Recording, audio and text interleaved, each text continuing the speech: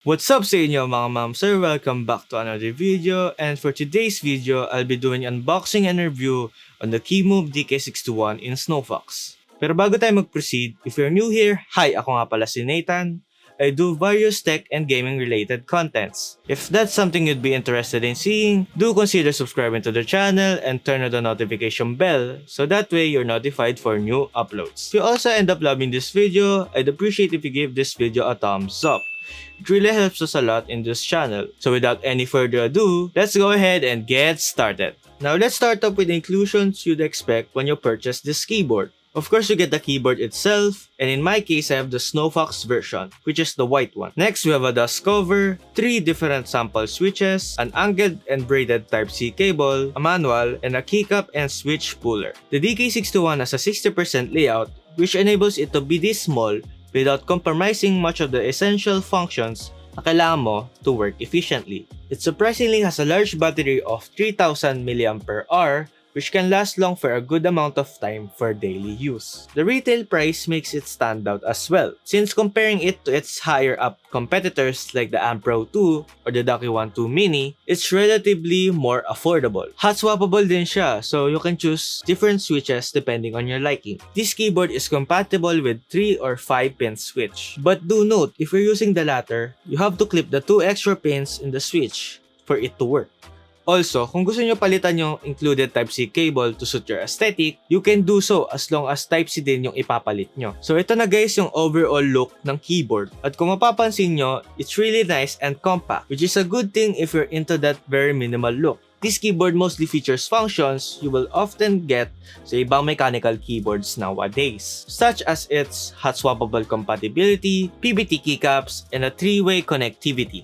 Aside sa pag-connect gamit yung kasamang cable, pwede mo rin siya i-connect through Bluetooth 5.1. This enables you to connect up to 3 devices by just a few clicks away, using the function command plus C, X, or C key.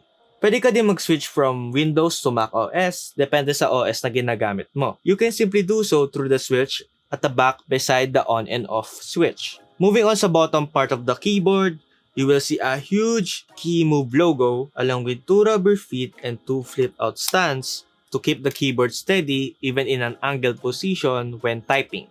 Now let's talk about the switches. By default, you can either choose to purchase it with Gateron reds, blues, and browns. Each has a different actuation points, with red having the lowest at 45, browns at 55, and blues at 60. As for my keyboard, I got it with red switches. I personally like reds the most because mababa lang ang actuation point niya para mag-register, and it's good enough for me for daily use. Choosing switches will likely depend on your preference and the type of work you do. If you're more of a gamer and want something smooth with minimal resistance, you can consider going for reds. But because of that, it may not be ideal for typists since wala siyang gaanong tactile feedback. If you do more typing and office works, you might go for blues instead, since mas recommended siya for typing. Very clicky yung sound niya and it has a nice tactical feedback. However, it does come with that heavy feeling to touch due to its resistance. If you want a little bit of both, you can go for browns instead, since it's a good blend of typing and gaming, making it a versatile switch. And for the keycaps naman, they are standard OEM and common siya sa mga pre-built keyboards.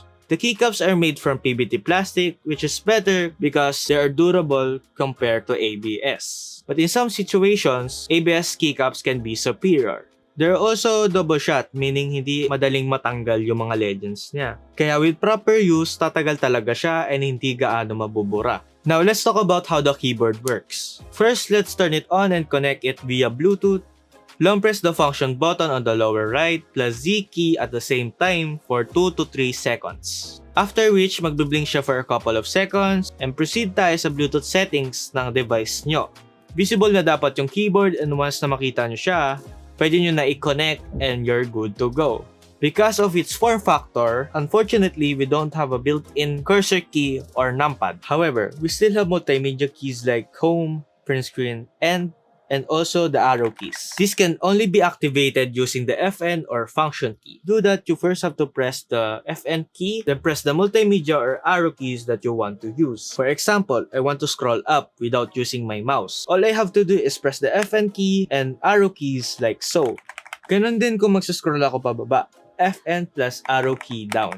Keep in mind, if you're using this kind of layout, kailangan mo masanay sa paggamit ang FN whenever you're using the keys that are not built in. Ngayon, tingnan naman natin yung RGB features ng keyboard na to. It's actually really nice na have a few options to choose. Yun nga lang, unlike my Corsair, we don't have much flexibility on customizing the color sequence. But nonetheless, I think you can choose at least one naman. The only downside is that the software doesn't seem to work as efficient. Sinubukan ko na a few times but somehow it doesn't work. Kaya unfortunately, hindi ko maipapakita sa video. Buti na lang din we can manually change the RGB sa keyboard mismo. All we have to do is press the FN plus backslash key for the RGB modes or the caps lock key for the color modes. If you do want to change the brightness, you can also do so by pressing again the FN plus P to lower the brightness or the FM plus open bracket key to increase the brightness. Now, let's do a quick typing test on the Kemove DK61.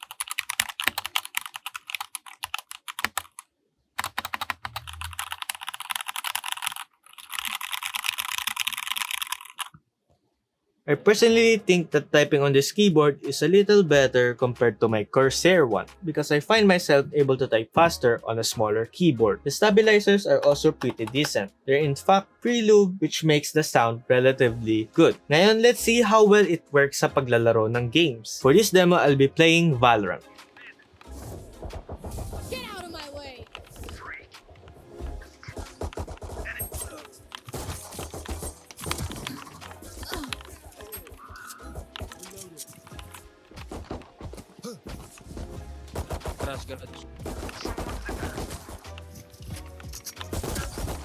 One enemy remaining. Yo.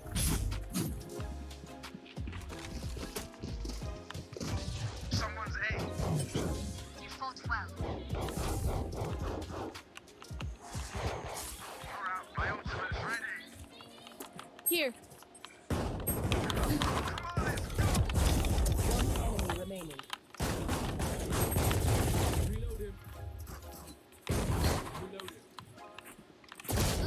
Last enemy taken out.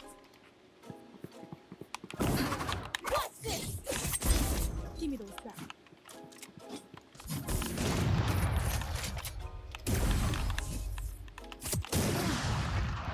One enemy. My ult's ready. Headshot.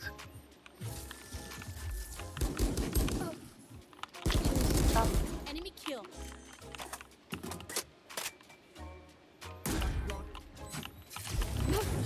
One enemy remaining.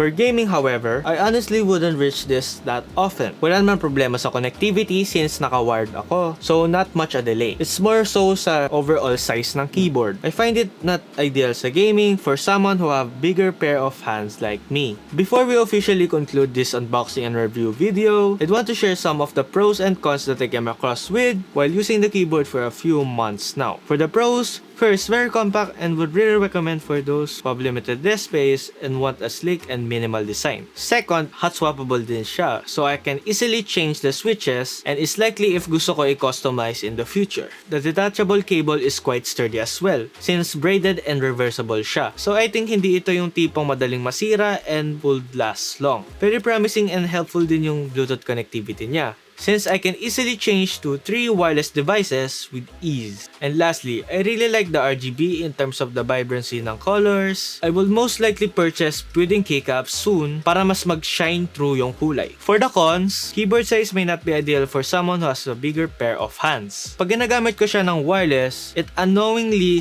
disconnects for a few seconds pero nababalik naman agad. Maybe not a huge deal breaker for some, but sometimes it gets annoying. Overall guys, na-enjoy ko yung experience using the Kemove DK61. I will definitely recommend this to those na naghahanap ng magandang keyboard na still in that affordable end of the spectrum. It could definitely be improved in terms of wireless connectivity, but I still like it. Do take what I say in this video with a grain of salt, as they are based sa naging experience ko and personal preference. So just make sure na you watch enough reviews like these before purchasing this. So yun guys, that is all for this unboxing and review on the Kemove DK61 Snowfox. Sana naman na-enjoy nyo tong video. Like, comment, and subscribe. And turn on the notification bell para wala kayong mamiss na video coming soon. So ayun lang mga ma'am sir, magkita-kita lang tayo sa next kong video.